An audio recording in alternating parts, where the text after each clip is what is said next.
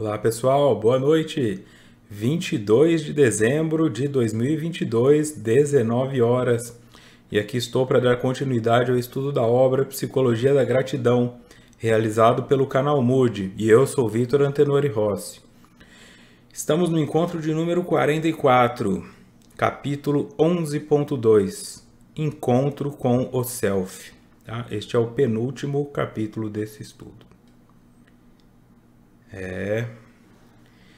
Jung definiu o Self como a representação do objetivo do homem inteiro, a saber, a realização de sua totalidade e de sua individualidade com ou contra sua vontade.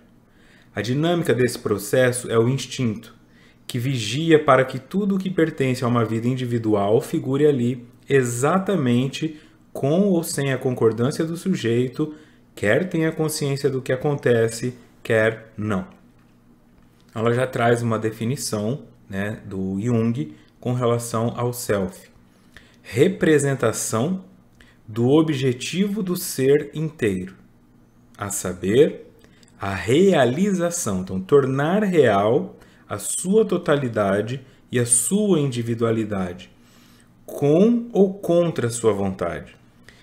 Isso conversa muito com a ideologia que Joana traz na segunda parte ideológica desse estudo, que é o kardecismo, que fala sobre essa lei do progresso, lei de causa e efeito, ou a ideia bíblica da semeadura. Aquilo que você planta, você irá colher.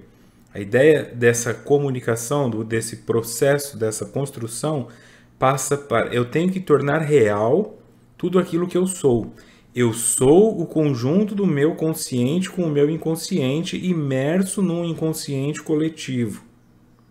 Todas essas informações me formam e para que elas se tornem reais, elas precisam aparecer.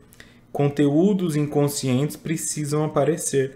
Por isso, muito do que acontece com você, se você pudesse escolher, não aconteceria. Suas doenças, os encontros que você tem com pessoas tóxicas, a insatisfação que você tem com o seu trabalho, mas a impotência de se demitir dele no momento, são situações que você não escolheria, em termos assim, conscientemente. Então, assim, querendo ou não, as coisas pelas quais você precisa passar irão acontecer. Você será levado, levada para elas, de alguma maneira. Tá? Aquela bolsa que você esquece tem que voltar para buscar na sua casa. A passagem que você esquece não pode embarcar naquele avião. É o avião que atrasa. É o acidente que você sofre de carro naquele cruzamento, porque teve que voltar para buscar a bolsa. Se não tivesse voltado para buscar a bolsa, teria ido com mais calma para o trabalho. Então, como atrasou um pouco, teve que dar uma acelerada e aí atropelou aquela moto. Isso modifica toda a tua vida. Se o cara da moto quebrou a perna, você vai pagar uma indenização, tem processo, coisas que não... Por que você esqueceu a bolsa justo naquele dia? Nunca você esquece. Naquele dia você esqueceu. Então, essas questões de sincronicidade, essas questões de atração, essas questões são colocadas para que aquilo que você precisa viver, você viva, querendo ou não. Então, essa é a ideia aqui, ó. Com ou contra a sua vontade, essa totalidade será realizada. Não é da noite para o dia, não é numa única encarnação, é ao longo de várias. A dinâmica desse processo é o instinto, que vigia para que tudo que pertence a uma vida individual figure ali exatamente com ou sem a concordância do sujeito, quer tenha consciência do que acontece, quer não. Porque isso seria uma soma do que você construiu até aqui. Então, o teu instinto ele também é um movimento que diz, bom, eu sei o que eu tenho que fazer. Tá? Então, quando você pensa no processo reencarnatório, você tem aquela ideia de que o que você veio fazer aqui como espírito? Eu vim reparar a minha falta na arrogância. Eu vim aqui reparar as minhas questões emocionais. Então, como você sabe que é isso que você veio fazer, mas o espírito sabe, mas você esqueceu no momento em que reencarna, o teu instinto fica te guiando. Então, na hora em que você vai cometer aquele crime, entre aspas, para a tua moral, a tua mente, o teu instinto fala, eu não vou. Porque isso não vai nessa questão da consciência. Instinto é aquilo que aparece de imediato. É aquilo que, diante de um estímulo, ele já dá uma resposta automática. Não é algo que você elabora. Algo que você elabora é intuição, é insight. Mas o instinto é aquela resposta que você dá naquele exato momento. Então pode ser, por exemplo, que você tenha vindo para reparar questões com a sexualidade. E quando você vai tomando um pouco mais de consciência disso, num filme que você vê, num relato de uma amiga tua, e você tá ali num motel para transar com aquela mulher que você não tá nem aí para ela, mas que vai usá-la sexualmente, e mentiu para ela, né, de que gostava dela, aí você brocha. Né, te dá uma coisa, te dá um movimento, um bloqueio mental. Isso também é instintivo, porque lá dentro você sabe que é isso que você veio curar, então ele não te deixa repetir o erro. Essas condições, essas limitações trazidas para a doença, como eu disse no último estudo, é necessário que você as avalie para entender por que elas estão bloqueando você e do que elas estão te protegendo, e não assim, do que elas estão te punindo. Porque tirar a cocaína do toxicômano, para ele é uma punição, mas é uma punição ou é um cuidado? Então, nota do expositor, tá? Todas as notas que eu trouxe hoje vão ser relacionadas a este livro, Aion, Estudo sobre o Simbolismo do Self. Capítulo 4, O Self, do Jung. Tá? Você vai achar esse livro também como simbolismo do si mesmo. O si mesmo seria a tradução do self para o português. Mas como o estudo todo foi norteado com a linguagem de self, para não gerar confusão, eu troquei. Tá? Então onde está escrito self aqui, no livro você vai ver si mesmo. Mas é a mesma coisa, é só a tradução. Tá? Então, estudo sobre o simbolismo do self, do livro Aion. Em resumo, é mais vantajoso e também psicologicamente mais, entre aspas, correto considerar certas forças naturais que se manifestam em nós sob a forma de impulsos, como sendo a, entre aspas, vontade de Deus. Com isso, nos pomos em consonância com hábitos da vida psíquica ancestral, isto é, funcionamos tal qual tem funcionado o ser humano em todos os lugares e em todas as épocas. Tá? Quando digo que impulsos encontrados dentro de nós devem ser considerados como vontade de Deus, não é minha intenção insistir em que devemos considerá-los como desejos e vontades arbitrários, mas como dados absolutos com os quais é preciso, por assim dizer, saber conviver de maneira correta. A vontade só consegue dominá-los parcialmente. Ele usa a palavra impulso, mas isso também conecta com o instinto. Tá? É uma força imediata diante de uma situação que você reage. Então, qual que é a opinião dele aqui? Do Jung. É mais vantajoso e psicologicamente mais correto, ele põe entre aspas, né? Porque é uma sensação assim de mais controle, mais tranquilidade. É melhor eu seguir esse caminho enquanto eu estou na ignorância, mas eu não posso me acomodar nele. Considerar certas forças naturais que se manifestam em nós sob a forma de impulso. Então, estas forças naturais, portanto, isso aqui não é sintético, não é artificial. Artificial é cheirar cocaína. Natural não é isso. Então, uma força natural que se manifesta em nós, nós entendemos como a vontade de Deus. Essa vontade de Deus também está entre aspas, porque isso está relacionado com a crença que eu construí do que é este Deus. Se você construiu um Deus que odeia quem é da Umbanda, então você vai jogar um coquetel Molotov num terreiro dizendo que foi a vontade de Deus. E essas pessoas, muitos assassinos fizeram isso. A Igreja Católica fez muito isso.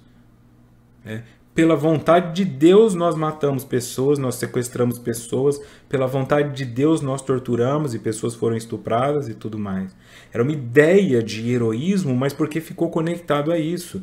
A interpretação daqueles indivíduos da palavra bíblica e a vontade daqueles indivíduos de dominarem as pessoas pelo poder. Porque quando você pensa hoje, fala, tem um padre lá na igreja afastada que vive das doações, uma quermesse aqui, outra ali. Nós estamos falando, eu estou falando neste momento daquele bispo, daquele cardeal, daquele qualquer coisa que ficava ao lado do rei. E muitas vezes dava a opinião dele, funcionava como um conselheiro do rei que na verdade o manipulava. Muitos reis que passaram pela história foram meros fantoches da igreja. Porque o rei tinha uma opinião e aquele indivíduo responsável pelo clero falava: isso é contra a vontade de Deus. Se você fizer isso, sua família vai cair em desgraça. E ele tinha medo. Então, ao assistir esses filmes de época, sempre tem um cara lá com a vestimenta católica ao lado do rei ou nos momentos mais importantes. Por conta dessa ideia. Tem aqui um indivíduo que sabe que isso é mentira, mas se aproveita disso para dominação, e tem aquele que acredita naquilo e faz o movimento real. Eu vou matar pessoas porque eu estou cumprindo a vontade de Deus. E aí é o que vai espancar o cara da homofobia. É contra a Bíblia. Não tá na Bíblia, não pode ter gay, vamos arrebentar esses gays. Tá na Bíblia que mulher não pode trabalhar. Fica claro? Então, por isso que está entre aspas. Porque a ideia de uma vontade de Deus não nos cabe neste momento compreender. Nós não podemos saber qual é a vontade de Deus. Nós podemos saber qual é a vontade do Deus que eu construí. Você sabe a vontade do Deus que você construiu e aí você projeta isso no mundo. E quando você começa muitas vezes a produzir agressões ou violências ou descasos para com determinadas pessoas, é onde você compreende o tipo de Deus que você traz. Então, quando agora na Amazon, né, nós estamos aqui no fim de 2022, tem aquele documentário sobre a vida do Paulo Gustavo, né, humorista, mais do que humorista, né, um altruísta. Quem assistiu o documentário vai entender. Eu sempre gostei muito do trabalho dele, sempre acompanhei 220 volts, sempre acompanhei Vai Que Cola do começo, Minha Mãe é uma Peça, tudo aquilo. E quando ele morreu de Covid, foi muito chocante para mim também, né? Como pro Brasil inteiro, né? E eu lembro de, naquele momento, eu até ter dito isso, que muitas pessoas estavam dizendo: bem feito, foi Deus matando você. Porque ele ficava divulgando, né? Para as mães não desprezarem os filhos que são gays, para os gays terem uma coragem de se assumirem, de se aceitarem. Ele fez um movimento muito positivo nesse sentido. E essa é a ideia. Ele está morrendo porque ele é gay. Aí quando a mãe dela morre é por quê? Qual que é o motivo? Certo? Então essa é a ideia da pessoa. Bem feito. Quando você fala bem feito porque você acha que alguém tinha que morrer porque aquela pessoa é maligna, aí você está atuando isso aqui. Porque não cabe a você determinar quem vive nem quem morre. Então, é o que o Gandalf diz no Senhor dos Anéis. Se você não tem o poder de devolver a vida a alguém que morreu, então você não pode se dar o poder de tirar a vida de alguém que está vivo. Por mais que você ache importante. Se esse cara morrer, vai ser bom para mim. Se esse cara morrer, vai ser bom para o país. Tome muito cuidado com isso, porque essa justiça daqui a pouco volta. E ela volta inconscientemente te causando doenças. Quando você se pegar inconscientemente, ou pelo menos em sonhos, ou você se aperceber que está tendo atitudes que vão contra os teus próprios valores morais, por impulsos que você não consegue controlar, aí a sua mente vai aplicar a mesma punição que você quis para o outro. Então a ideia aqui é: tenha o Deus que você quiser dentro de você, mas saiba que ele vai virar na tua direção. Então a minha sugestão é: construa um Deus amoroso, acolhedor e compreensivo, para que a hora que isso virar na sua direção você receba amor, acolhimento e compreensão. Mas é uma sugestão. Tá? Então a Joana aqui, o processo é o instinto que vigia para que tudo que pertence a uma vida individual, tudo que diz respeito ao indivíduo, figure ali exatamente com ou sem concordância dele, quer tenha consciência do que acontece, quer não. É melhor se tiver consciência, por isso a análise, por isso o autoconhecimento é importante. Tá?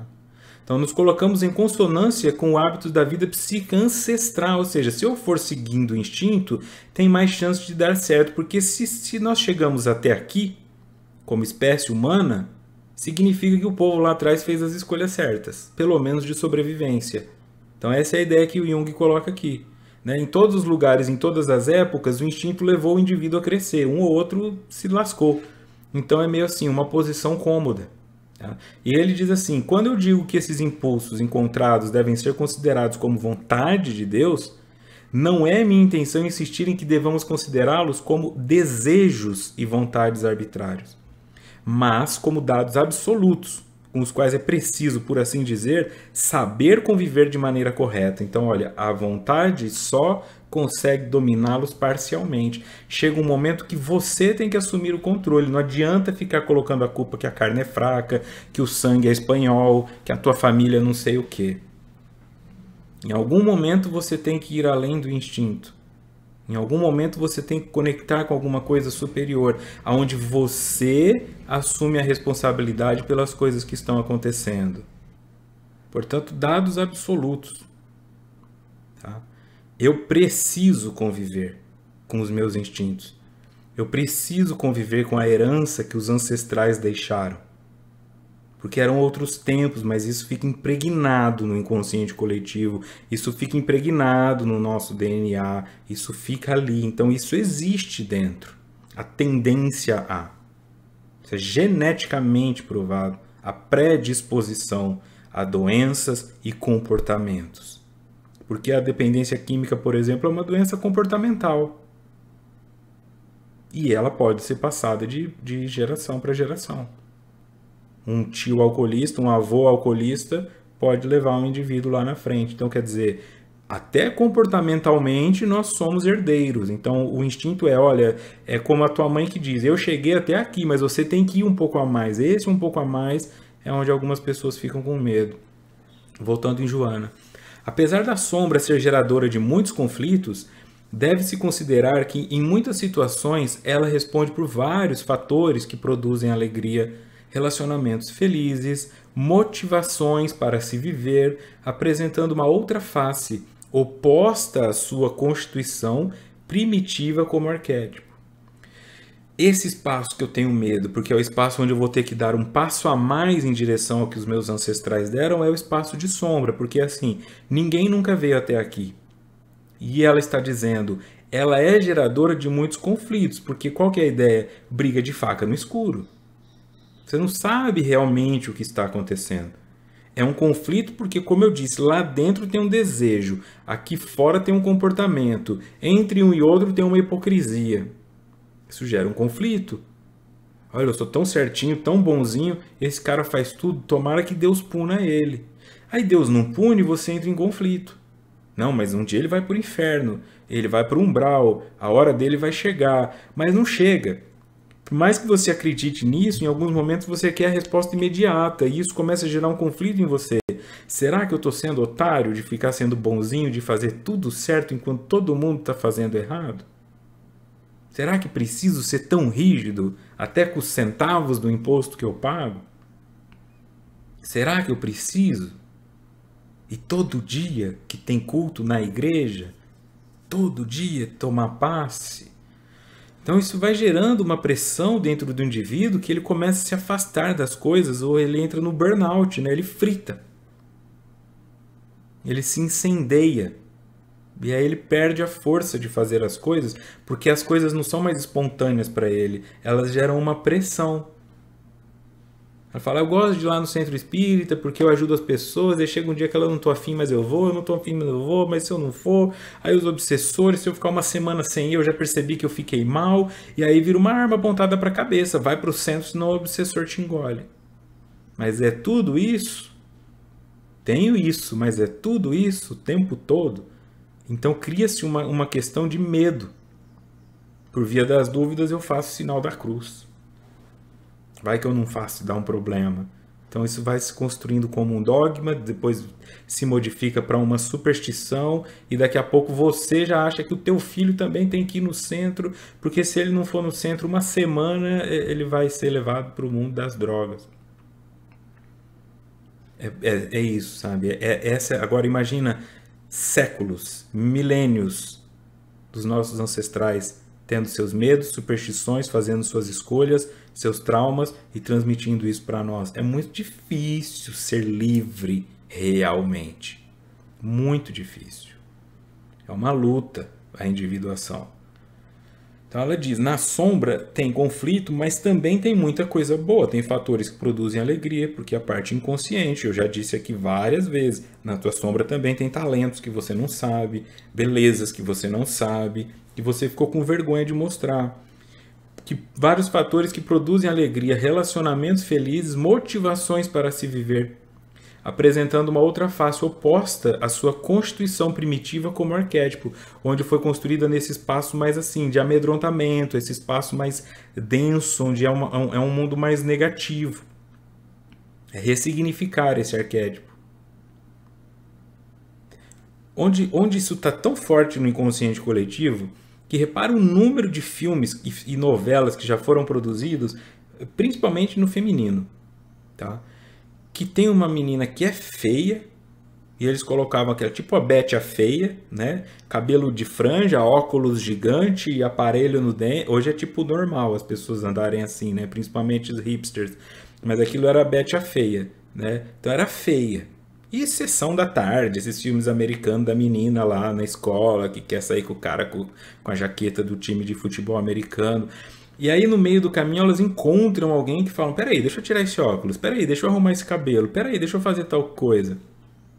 Acho que tem um clipe da Katy Perry também, que é TGIF, né? Graças a Deus hoje é sexta, em que ela mostra justamente isso, uma feiona que no fim desce a escada, toda linda, e aí fica todo mundo: nossa, ela era tudo isso? Isso é sombra. O que estava na sombra daquela pessoa? A beleza do padrão estético daquele momento. Naquele momento as pessoas queriam uma pessoa com cabelo liso, sem óculos, sem aparelho no dente, né, e com um vestido marcando o corpo. Mas ela tá lá com um aparelho no dente, óculos grande, cabelo mal cortado, entre aspas, e uma roupa larga que não mostra o corpo. Tá? Tô falando de padrão. Quando ela entra naquele padrão, então onde estava essa beleza que o mundo aceitaria? Na sombra. O que estava na luz? A feiura. Aquilo se tornou... Todos nós somos uma Betty a feia. Em nível intelectual, em nível artístico. Nós precisamos de alguém que nos encoraje. Alguém que nos lapide. Alguém que nos instrua. Alguém que de alguma maneira nos ajude. É o papel de Joana de Ângeles quando ela escreve esses livros. É o meu papel quando eu venho aqui interpretá-los e estudá-los com vocês. E aí é o que você leva adiante para uma outra pessoa numa palavra de encorajamento. Nunca termina. Dentro da tua sombra, dentro desse lugar que você tem vergonha, que você tem medo de acessar, é onde você encontrará aquilo que é teu. Tem muitos tesouros. Talvez, na hora que você estiver pegando lá a coroa cravejada de diamante, salte uma ratazana. Paciência, é sombra. É o quarto que ficou escuro por muito tempo. Vai ter barata, aranha, ratazana, vários objetos fóbicos, morcego. Então você precisa ir levando luz àquele local para espantar os animais noturnos, né, as fobias, aos poucos. Aí você vai com um cabo de vassoura cutucando o baú para ver se sai algum rato de lá de dentro. Aí você abre ele com o cabo da vassoura também e espera ver se sai alguma coisa. Entende? Isso é terapia. Isso é autoconhecimento. Isso é individuação. É você indo lentamente em direção a conhecer-se, a estudar-se. Agora a pessoa chega metendo o pé na porta, fala: olha, eu vou ajudar você em uma sessão de hipnose, vamos resolver teus problemas. O cara joga você no quarto escuro e fala: o que você está vendo aí? Aí você vê fragmentos de coisas que não se conectam, que juntam com objetos fóbicos, e a sua mente registra aquilo como negativo. O que eu quero dizer? É como se a tua mente visse o morcego e a coroa cravejada de rubi. Só que ele funde as duas. Porque você olhou rápido demais para algo que demorou muito para ser construído. Então, a hora que você olhar essa coroa cravejada de rubis na vida, a sua mente vai interpretar como objeto fóbico. Imagina, eu não quero ter sucesso. O dinheiro cai na tua conta, você já quer dar para os parentes. Você tem dinheiro para comprar um carro novo, mas você fala: não, eu não mereço, eu vou ficar com o meu carro velho e vou deixar uma casa para os meus filhos. É você conectando a ideia de sucesso. Não, me chamaram para fazer palestra, mas deixa o rapazinho ali que ele está começando, ele é melhor que eu não vou não. É você com medo do bom. Porque tentou cura rápida demais ou porque nunca fez isso. Então não se iluda. Se fosse fácil, eu também viria aqui fazer esse estudo em 5 episódios. Ou 11, né?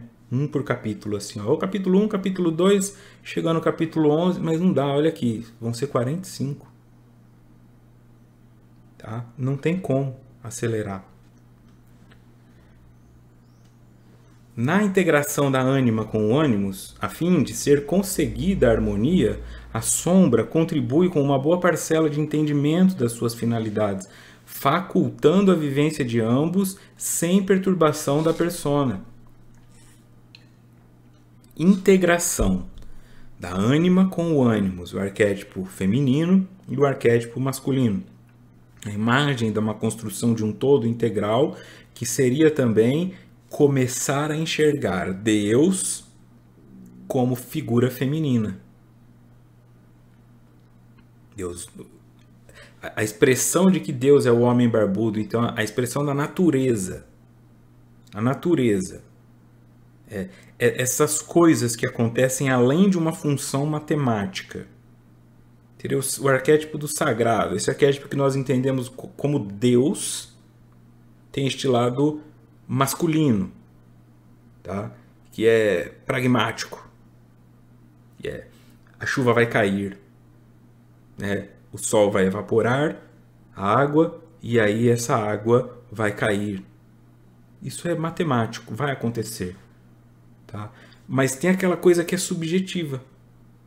A decisão que aquela gazela toma ou não de tomar água. O elefante que volta para buscar o elefantinho que caiu na poça de lama. Isso é o feminino. Isso é que chamava de Gaia, a mãe natureza. A mãe natureza não é a esposa de Deus, não é uma serva de Deus. A mãe natureza é a expressão feminina de Deus. É a mãe natural. É o que nos movimenta a vida. É o que nos faz olhar para o lado e pensar, coitado desse gato, eu vou ajudá-lo. Coitado dessa família, eu vou doar um fogão. Esse coitado, né, é uma expressão de amor, é uma expressão de compaixão, piedade, dó, que vai virar compaixão, e aí isso é uma expressão do amor. E esse amor vem dessa ideia. Por que nós temos que fazer isso? Dane-se o outro. Racionalmente falando, dane-se o outro, mas tem essa coisa dentro de nós. E essa coisa dentro de nós é a ânima, que nos leva a fazer uma... Por que o indivíduo está saindo domingo na chuva para ajudar alguém que ele nem conhece? Ânima. O resto é simples. Tá? É a ânima que faz você ir ao médico fazer um exame. E é o ânimos que faz você mudar a tua alimentação. O ânimos cozinha o arroz, o feijão e a salada para que você coma. Mas é a ânima que se preocupa. Então essa integração de masculino e feminino, saindo desses bloqueios de sombra, isso é coisa de bicha, isso é coisa de macho. Não existe macho e fêmea. Macho e fêmea é o corpo físico. Macho e fêmea são os habitantes do planeta Terra. Espírito não tem macho e fêmea. Deus não tem macho e fêmea. É isso, é andrógeno. É ânima e ânimos integrado.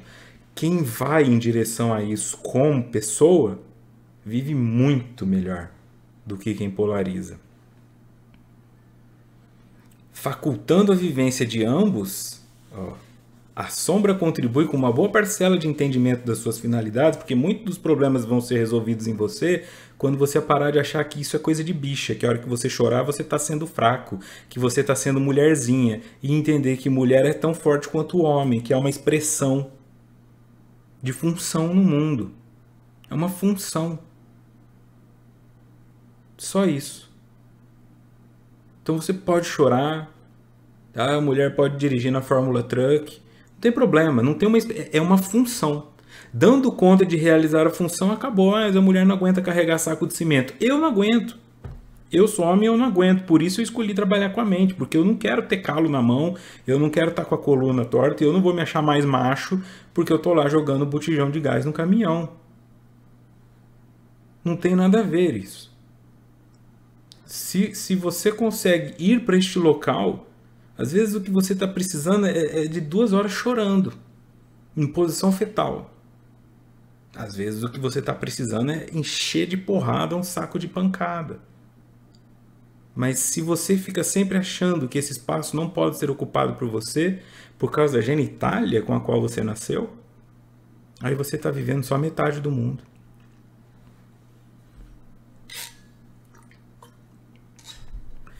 Então a sombra, esses elementos que estão aí dentro, facultam a vivência de ambos sem perturbação da persona, que é essa coisa que você construiu, de que eu sou macho, de que eu sou fêmea, de que eu sou isso, de que eu sou branco, de que eu sou preto.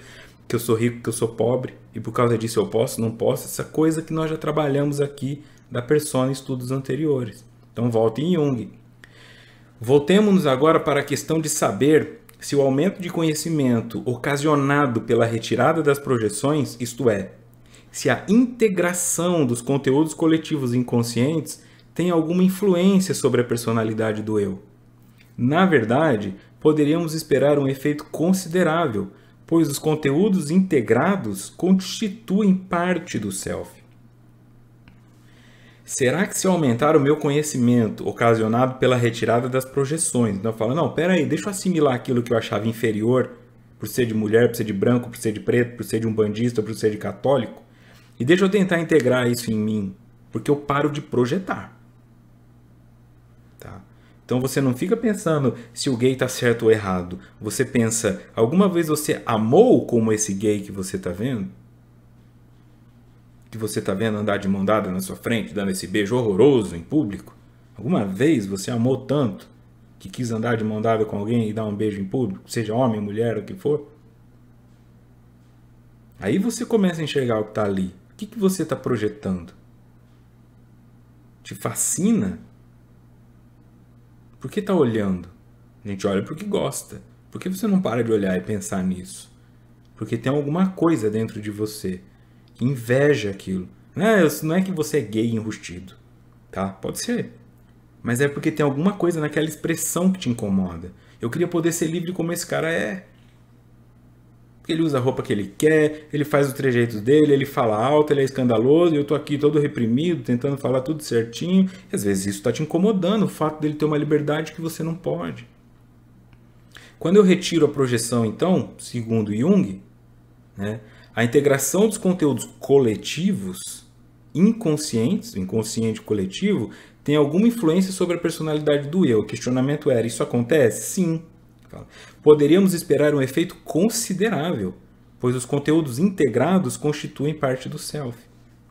Como eu já estou imerso nesse inconsciente coletivo, parte disso também é meu. Eu só enxergo isso fora, eu só extroverto para depois introverter. E aí eu vou me conhecendo. Eu passo a viver uma parte a mais do mundo. Quando eu deixo de ser racista, aí eu posso ter um amigo de uma cor de pele diferente da minha.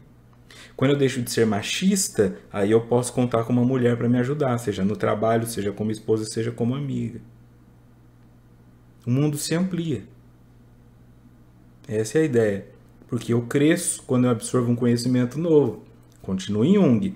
Sua assimilação alarga não somente as fronteiras do campo da consciência, como também o significado do eu. Principalmente quando este se defronta com o inconsciente sem uma atitude crítica, tal como acontece na maioria dos casos. Nestas circunstâncias, o eu é facilmente superado e se identifica com os conteúdos assimilados. Quando eu assimilo esse conteúdo novo, que estava no inconsciente coletivo, eu alargo não somente as fronteiras do campo da consciência, ou seja, eu diminuo o inconsciente, portanto, a sombra, como também eu modifico a maneira como eu me enxergo, como eu significo para mim. Principalmente quando este se defronta com o inconsciente sem uma atitude crítica, tal como acontece na maioria dos casos. Nestas circunstâncias, o eu é facilmente superado e se identifica com os conteúdos assimilados. Eu tenho que ter um posicionamento crítico, mas não muito. Porque eu também posso me deixar levar demais. E daqui a pouco eu perco a minha identidade. Por isso foi dito lá atrás, eu tenho que saber um controle, eu tenho que saber essa regulação. Qual é o limite entre achar que eu sou livre, mas na verdade eu só estou copiando liberdades que eu enxergo no outro, ou não viver liberdade nenhuma porque eu acho que tudo que o outro vive é errado. Por isso eu falei que a individuação não é fácil. E sozinho é muito mais difícil. Volte em Joana.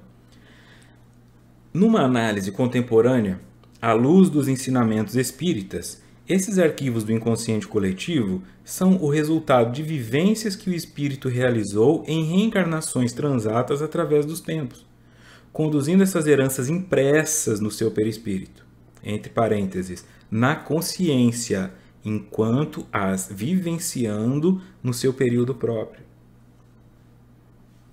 Ela conversa aqui, né? Isso que eu trouxe do Jung fala do inconsciente coletivo. E aí Joana explica, Quando eu aplico o olhar espírita, o olhar kardecista dentro disso, o que significa o inconsciente coletivo? O resultado das vivências que o espírito realizou em reencarnações passadas através dos tempos, conduzindo essas heranças impressas no seu perispírito, na consciência, enquanto as vivenciando no seu período próprio.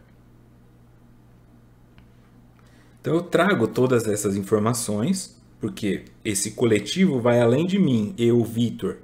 Então na outra encarnação eu fui Silvia, na encarnação passada eu fui Frederico, e esses indivíduos viveram outras realidades. Eu não sei se eu vivi na Alemanha, eu não sei se eu vivi no Camboja, eu não sei. Tá? Tem alguns traços de coisas que eu gosto de música, de cultura, que me dizem mais ou menos caminhos por onde eu provavelmente passei. Mas eu não posso cravar. Então, sendo esse indivíduo tão diferente, tá? E de repente nasceu lá na Turquia, numa outra cultura, isso está impregnado em mim. Isso ficando impregnado em mim, no momento em que o gatilho aparecer, isso ativa. Fala, nunca fui para a Arábia. Aí de repente houve aqueles Arabian Nights, né? Aquelas músicas árabes com aqueles caras. Oh, e mexe assim, fala, nossa, essa música é boa em algum nível, assim. Provavelmente já estive lá. Tem gente que conecta isso com música indiana. Tem gente que escuta aqueles sons chineses, flautas. E tem uma sensação de que já estiveram lá. Chegam em algum país da Europa, quando descem do avião e veem um monumento, choram e não sabem por quê. Uma vilinha na Itália. É um negócio assim, de estar registrado em mim. Mas eu não tenho informação naquele momento para fazê-lo ativar. Portanto, trata-se desse inconsciente coletivo também, porque as várias pessoas que eu fui são também os ancestrais. Eu tenho os ancestrais genéticos, que me trazem cargas genéticas de predisposição para estatura, doença ou saúde, e eu tenho a herança espiritual de todas as vivências que eu tive. A genética está no meu corpo físico, a espiritual fica no meu perispírito. Quando os dois se conectam, aí o perispírito também influencia no corpo, psicossomaticamente, gerando uma informação de vibração em determinado órgão. Se eu já vier com uma predisposição genética, papai, mamãe, vovô e vovó, somada do meu perispírito, tá? Silvia e Frederico, aí o casamento acontece, né? Dá match e aí aparece a doença. Por isso eu tenho que fazer o máximo possível para que a minha experiência seja leve, saudável. A imagem apresentada por Jung a respeito do inconsciente é bem fundamentada, porquanto ele o imagina como um iceberg cuja parte visível são apenas 5% do seu volume, consciência, estando os 95% da massa submersos, ou inconsciente. Assim se encontra a consciência no ser humano. 95%. Tá? Essa ideia do iceberg. Ou seja, pega uma régua, mede 10 centímetros e aí tira 0,5. Isso é o consciente. 9,5 centímetros é o inconsciente. Então é a ponta do iceberg e embaixo dele tem uma montanha de gelo sob a água. A parte que nós... E essa é a ideia. Eu com 5% de consciência acho que sei o que é melhor para você? Acho que posso te julgar? 95% disso é sombra. Então, não tem só coisa ruim. Essa é a ideia. Não tem como eu ser 5% consciente e 95% ruindade que eu estou aqui bloqueando desesperadamente. Essa exploração, ou seja, se eu tenho 95% de inconsciente, lógico, não é um número arbitrário, eu tenho 95% de inconsciente para olhar e procurar dentro de mim o que eu estou fazendo na janela vendo com quem que a vizinha chegou ou não chegou. O que eu estou olhando no Instagram do outro, o que ele jantou ou não jantou e dando opinião de semana passada estava num restaurante mais caro, acho que o dinheiro lá está acabando. Olha que maquiagem horrível que ela passou. Pelo amor de Deus. Os 5% teu estão enxergando 5% do outro e com 10% de 200, que é 100 do outro e 100 teu, com 10% de 200, você está olhando o quê? A fofoca é isso, sabe? A fofoca é isso. A fofoca é o pinguim na ponta do iceberg falando sobre a ponta do iceberg. Olha que você pode saber a ponta do iceberg. Porque aqui, ó, porque ali, porque aqui. Bicho, tem 95% de inexplorado aí. Vai pra dentro. Imerge. Imersão, meditação, insight, introspecção. Tenta ficar um pouco em silêncio, tira um pouco o fone de ouvido, desliga um pouco as telas, faz uma caminhada sem pensar em performance, vai olhando as árvores, mas não pega muito a árvore também não. Olha aí dentro. O que você está sentindo? Isso que você está sentindo é ciúme ou é inveja? É medo ou é raiva? É insegurança ou é ódio? A maioria das pessoas está dando nome errado para o que está sentindo. Tô com ciúme da minha esposa, porque eu chego nos lugares e todo mundo olha para ela. Então você não tá com ciúme, você tá com inveja. Porque queria que todo mundo olhasse para você. Em vários sentimentos existe deslocamento. Isso é inteligência emocional. Saber dar o nome correto àquela emoção, àquele sentimento. Em razão, portanto, desse imenso arsenal que se encontra no inconsciente e que pode flutuar na consciência, muitos conflitos e complexos da personalidade tomam corpo, conduzindo as pessoas a transtornos de variada denominação. E é natural, porque eu estou aqui, em cima do meu 5% desse iceberg, cuidando da vida dos outros, e 95% lá de baixo fica subindo, como se fosse um vulcão em erupção, né? Um iceberg com um vulcão. De repente eu tô sentado assim, toma aquela cachapada, né? Tum! Ou, o que é essa pinta no meu braço? Por que eu não tô conseguindo dormir? Por que eu não tô conseguindo ter ereção? Por que a vagina não tá lubrificando? Por que eu tô com o intestino preso e não resolve? Olha para baixo, que é olha para dentro. Enquanto você não for clarificando o que está ali dentro, você vai tendo conflitos. 95% é muito maior que 105%. O que eu quero dizer? Você sempre vai perder essa luta. 5 soldados contra 95. Pode ser o Bruce Lee. A quantidade vence. Então pare de lutar contra. Aceita e estuda. Por que a insônia? Por que a queda de cabelo? Por que o bruxismo? Por que a otite? Por que a doença de pele? Por quê? Tenta entender. A resposta está aí, você está sentado em cima dela.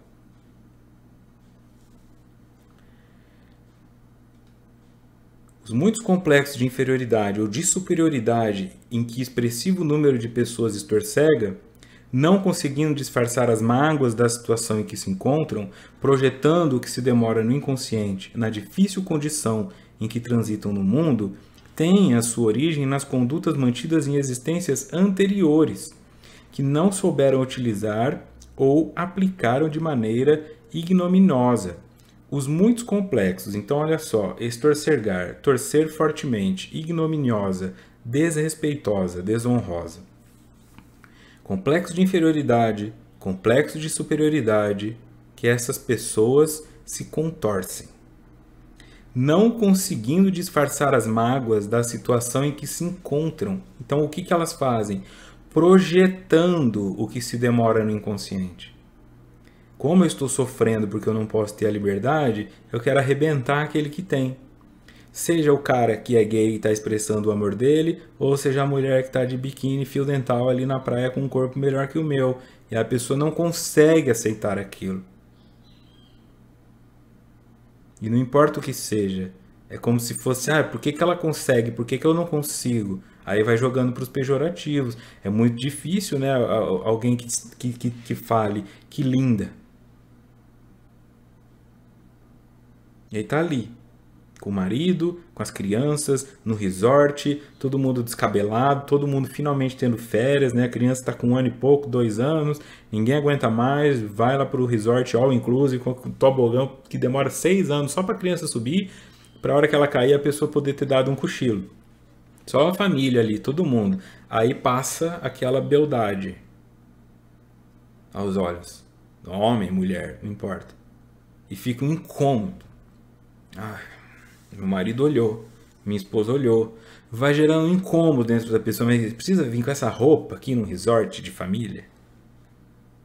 Gera incômodo. E essa é a reflexão. Por que isso te gera um incômodo? Não conseguindo disfarçar a mágoa, você projeta. Na difícil condição em que transito no mundo. Então, onde tem esses complexos a sua origem? Nas condutas mantidas em existências anteriores que não souberam utilizar ou aplicaram de maneira desrespeitosa, desonrosa. Se eu fui alguém importante numa outra vida, eu vou ter registrado dentro de mim que eu sou importante. Tá? Então, se eu fui um senhor de escravos na outra vida, eu vou olhar para o negro e pensar que ele é inferior. É disso que eu tenho que me libertar. Essa é a herança que você não pode se acomodar. Você não está mais em 1860. Não deveria nem ter acontecido aquilo lá. Mas já não está acontecendo agora. E isso é forte porque você esteve neste local. E isso é forte para o indivíduo que tomou a chicotada também ali no pelourinho. Porque ele também pode nascer com a sensação de que o branco é perigoso. Ele não confia, eu não vou procurar emprego com aquele cara entrevistador branco, ele não vai me querer porque eu sou preto. E desfazer-se disso é muito difícil. Se é difícil para o que deu a chicotada, calcula para o que levou. Então tem que haver uma paciência, uma tolerância com relação a esses conflitos, essa tensão que existe, mas compreender que ela começa dentro. Eu tenho que entender quem eu fui, eu tenho que entender aonde eu estou e ir me nutrindo dessa informação, até que ela seja assimilada, me engrandeça e modifique a minha personalidade. Mas eu tenho que olhar para aquilo. Não adianta virar os olhos. Essas pessoas portadoras do complexo de inferioridade são rudes, ingratas, exigentes, comprazendo-se em humilhar os servos e auxiliares, mantendo-se dominadoras e inacessíveis. De maneira idêntica, outras, portadoras do complexo de superioridade, nem sequer se permitem a convivência saudável no círculo familiar e social em que estagiam, não ocultando o conflito que as amargura.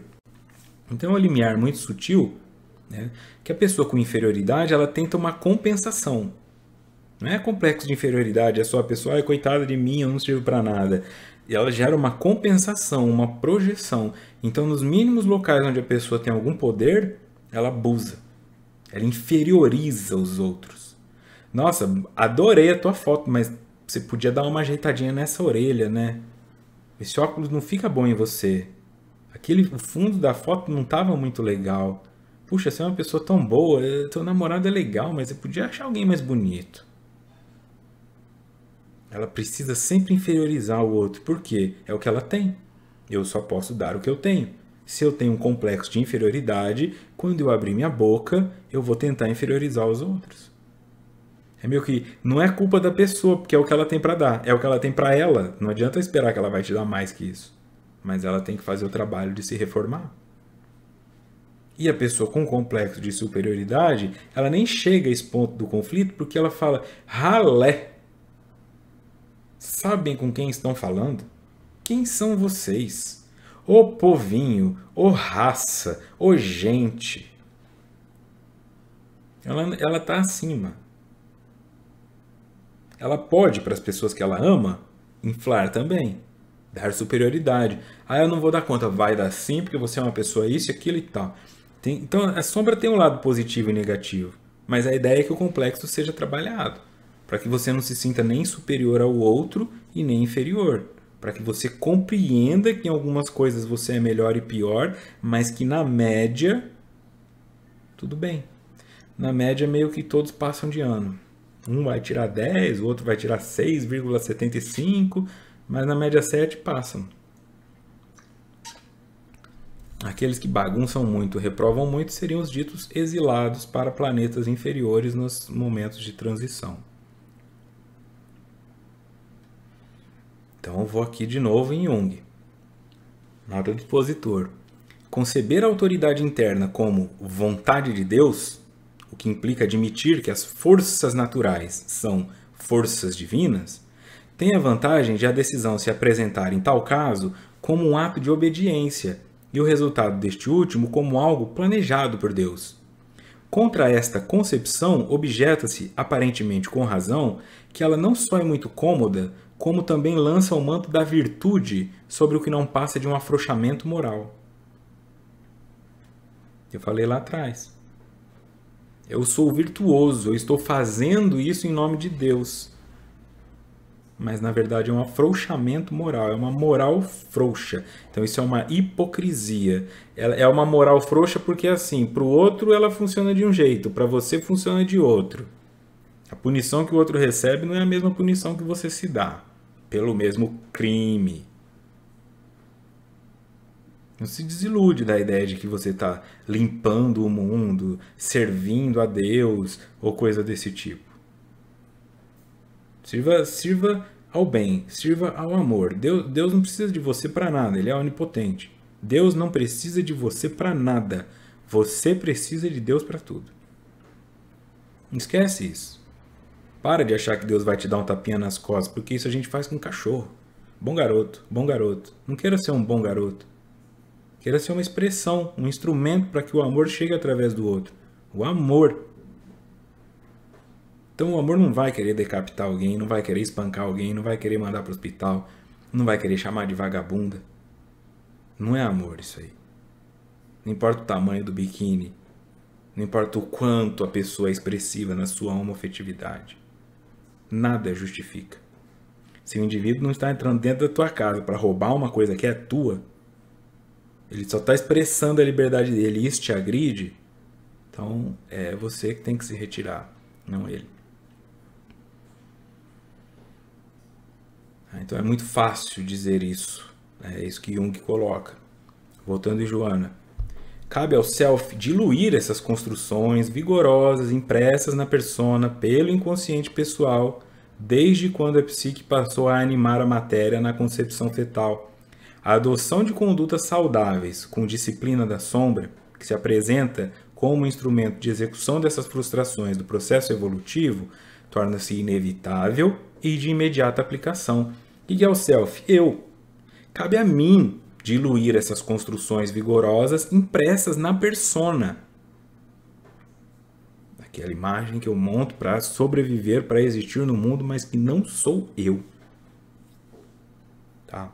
Pensa em tudo que nós já estudamos nos últimos episódios aqui. A persona. Pelo inconsciente pessoal, das informações que eu trouxe, eu construo uma persona. Essa persona vem com todas as cargas de preconceitos ou ideias pré-formadas que eu tenho e eu acho que aquilo é o certo. Quando eu vejo alguém fazendo diferente, eu acho que é errado. E aí, dependendo da minha concepção de como o errado deve ser punido, aí eu vou punir. Então, a adoção de condutas saudáveis passou a animar a matéria na concepção fetal. A partir do momento que você se conectou no corpo espermatozoide, colou ali no óvulo e o embrião virou um feto, a partir daquele momento você já começa a trazer no teu perispírito essa impregnação dessas heranças das vidas passadas, somada à impregnação das heranças genéticas. A adoção de condutas saudáveis com disciplina da sombra, que se apresenta como instrumento de execução dessas frustrações do processo evolutivo, torna-se inevitável e de imediata aplicação. Eu tenho que melhorar a maneira como eu me relaciono e compreender que de vez em quando eu tenho que permitir conteúdos da sombra sejam trazidos e vivenciados dentro desse ambiente terapêutico. Assim, disciplina. Um pouco por dia eu medito. Um pouco por dia eu olho para o desconhecido. Um pouco por dia eu estudo o meu medo. E isso se torna inevitável para esse crescimento. Mantendo a postura referente às imagens reprimidas no inconsciente, esses pacientes não têm noção do quanto devem à vida, tornando-se ingratos e reacionários. Quando, ocorrendo uma mudança de atitude adquirida por intermédio da autoanálise que faculta a identificação das mazelas, poderá começar por bendizer a vida, por ascender na escala dos valores, por vencer a empáfia, passando a agradecer a oportunidade de crescimento real para a felicidade. Empáfia, presunção, arrogância. Então, mantendo uma postura referente a essas imagens reprimidas, isso que está na sombra, eu não consigo perceber o quanto tem coisa boa na vida. Então eu não consigo olhar aquele casal vivenciando um amor. Eu não consigo ver aquela pessoa com um cachorrinho no carrinho de bebê expressando um amor materno que está se construindo porque ela ainda não está pronta para ter um filho humano. Eu acho babaquice. É viadagem, é babaquice, é frescura. Tá todo mundo louco. Então eu não vejo gratidão. Eu não consigo ver amor nas coisas. Eu me torno ingrato e reacionário. Tudo eu reajo, tudo eu quero destruir, tudo eu quero que acabe. Quando, ocorrendo uma mudança de atitude, e essa mudança de atitude será adquirida por intermédio da autoanálise, meditação e processo terapêutico, eu começo a identificar as mazelas, quais são os pontos onde eu estou ferido. Aí eu poderei começar a bendizer a vida, por subir na escala dos valores, vencendo a arrogância, e eu passo a agradecer a oportunidade de crescimento real para a felicidade. A que eu tenho e a que eu vejo os outros recebendo. Eu fico feliz por aquele cachorrinho ter alguém que põe ele num carrinho de bebê e o ama daquela maneira. Será mediante esse esforço que o ego se integrará no self, sem que desapareçam os seus valores de alta significação. Esforço. Então o ego se integrará no self sem que desapareça. Então eu não vou desaparecer, o que eu sei continua. Eu só amplio um espaço de mais leveza. Como eu disse, eu passo a experimentar uma parte maior do mundo. E aí, para fechar, mais uma nota do expositor com Jung.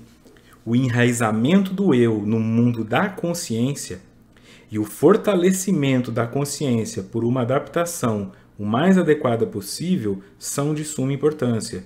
Neste sentido, determinadas virtudes como a atenção, a conscienciosidade, a paciência, sob o ponto de vista moral, e a exata consideração dos sintomas do inconsciente e a autocrítica objetiva do ponto de vista intelectual são também sumamente importantes. Então eu tenho que enraizar o meu eu no mundo da consciência. Eu não posso ficar sendo levado só por instinto. Eu tenho que olhar e pensar aonde eu estou agora. Quais são os valores deste mundo em que eu habito? Quais são os valores dessa geração na qual eu nasci e a cultura deste país? Isso é estar enraizado no consciente. Tá? Então, quando eu faço esse enraizamento no inconsciente, eu fortaleço essa consciência por uma adaptação o mais adequada possível ao meu momento atual. Eu estou no aqui e agora. Dane-se a minha herança. Eu estou no aqui e agora. Neste sentido, determinadas virtudes como a atenção, a conscienciosidade, então, atenção, conscienciosidade, paciência, consideração dos sintomas do inconsciente e autocrítica objetiva. Eu sou idiota, eu sou imbecil. Não, eu estou ferido. Aonde e por quê? Isso do ponto de vista intelectual. Então eu vou estudar em mim mesmo. São também sumamente importantes. Isso fica forte quando, por exemplo, eu vou em algum lugar que tem a cultura, no Rio Grande do Sul, por exemplo, que tem a cultura do churrasco, ou em Goiás, que tem a cultura do churrasco, parece assim, goiano vegetariano? Não pode. Pode. Não é porque lá atrás o povo matava e criou-se uma cultura de que churrasco une as pessoas. Dá para unir as pessoas com um monte de outras coisas agora, mas é isso que fica forte. Parece que você tem que vencer alguma coisa. Tá? O gaúcho tem que gostar de churrasco. Então todo baiano é preguiçoso? Qual que é a diferença? Um é virtude e o outro é demérito? Não. Tem paulista preguiçoso, tem baiano proativo, tem gaúcho que não gosta de churrasco, tem goiano que não gosta de sertanejo. E nós temos que aceitar isso, porque essa é a desconstrução. Dane-se se em 1990 era assim, 2000 mudou, 2010 mudou, 2020 mudou, para que essas pessoas possam se expressar nesses locais, sem sentir constrangimento, sem sentir o ar de deboche. É muito profundo, compreende? É muito profundo. Mas eu tenho que fazer uma autocrítica objetiva e eu tenho que me firmar na consciência, desenvolvendo essas virtudes para que eu possa, então, como Joana disse, integrar o ego com o self. Muita informação, dá para assistir esse estudo aqui mais umas 2 ou 3 vezes, né, para entender tudo com mais profundidade.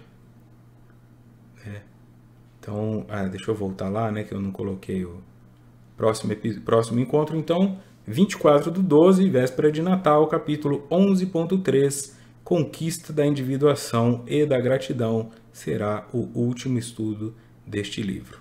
Agora sim, tá bom? Então, nos encontramos no sábado, na véspera de Natal. Desejo a todos e todas vocês uma ótima semana. Um grande abraço e muita paz.